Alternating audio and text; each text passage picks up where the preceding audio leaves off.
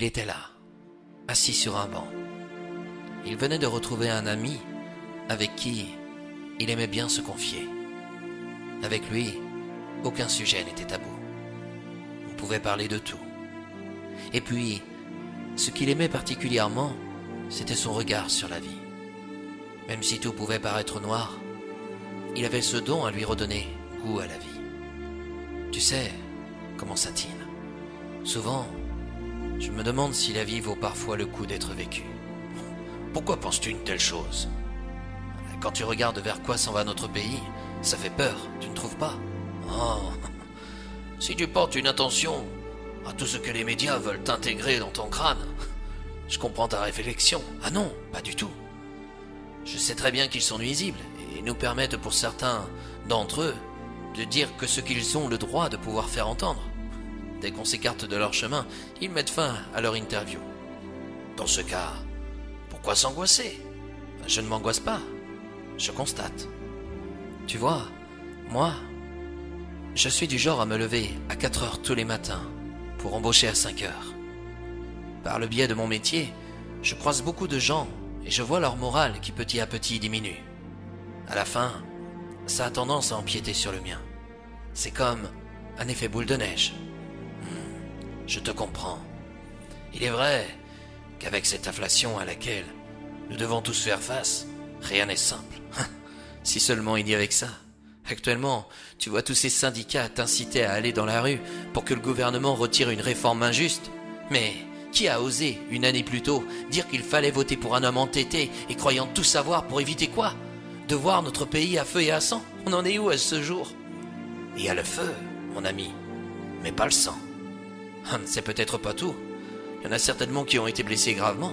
Mais aucune vie n'a été détruite. Justement, pourquoi faudrait-il un drame pour changer de position? S'il agit, c'est qu'il doit bien connaître son sujet. Je ne pense pas qu'il procéderait ainsi contre l'intérêt de son pays. Tu plaisantes, j'espère? Il y a des éboueurs qui font grève depuis des semaines. Paris, la ville lumière, qui devient aux yeux du monde Paris, la ville poubelle. Tu as des agriculteurs qui sont au bout du rouleau, qui ne savent même plus comment obtenir un salaire à la fin du mois. Sans oublier les infirmiers, qui subissent le manque de personnel dans les hôpitaux ou de médecins dans nos campagnes, comme les enseignants qui doivent faire face à des classes de plus en plus nombreuses avec des programmes qu'on complique chaque année qui passe.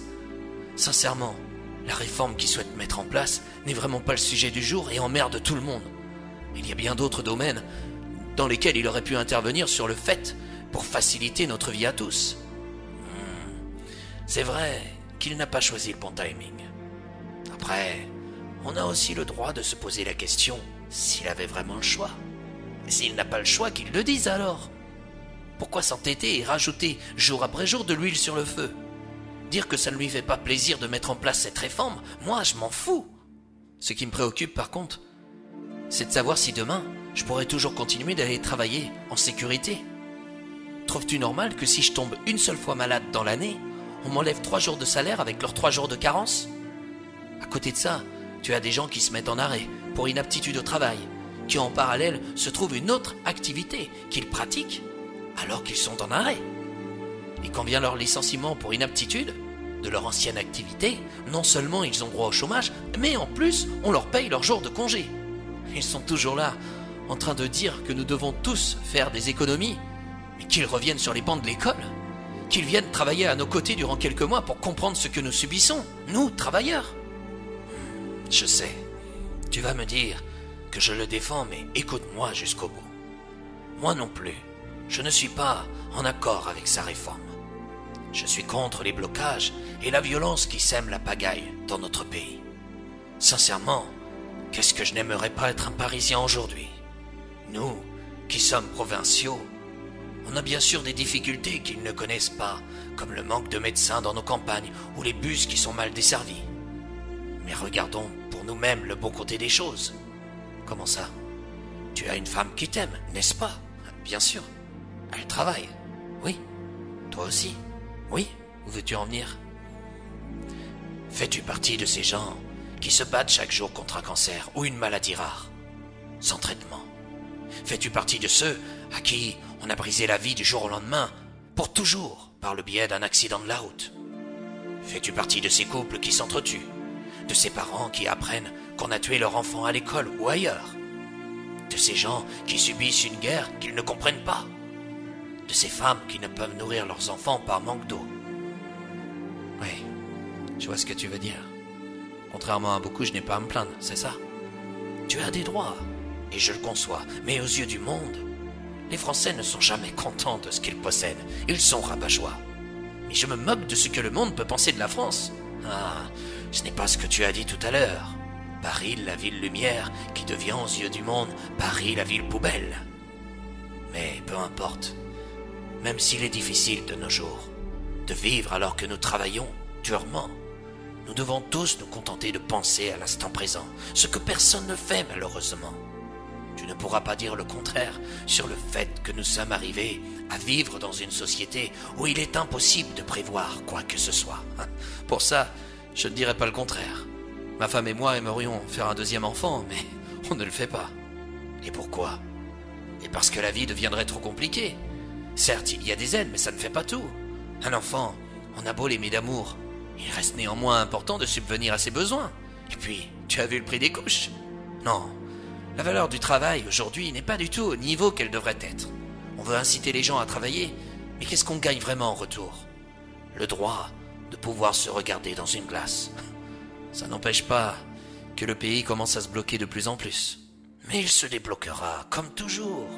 C'est temporaire, même si à la longue, c'est galère et épuisant. Et puis, tu sais, toi qui es papa, tu devrais le savoir. Quoi donc? Quand un enfant grandit, à un certain âge, il découvre ce que c'est la peur. Il réalise aussi qu'il a du mal à comprendre certaines choses. Qu'est-ce que l'adulte fait dans ce cas? Ceux qui ne sont pas patients vont s'énerver, s'agacer. Et comment réagira l'enfant? Il va se bloquer. Pourquoi? Car il n'y a aucun dialogue. Et c'est ce qui se passe aujourd'hui à l'échelle de notre pays. Cependant, il y a d'autres parents qui vont contourner la difficulté et permettre à l'enfant de réussir pour retrouver en lui une certaine fierté. Que veux-tu me faire comprendre?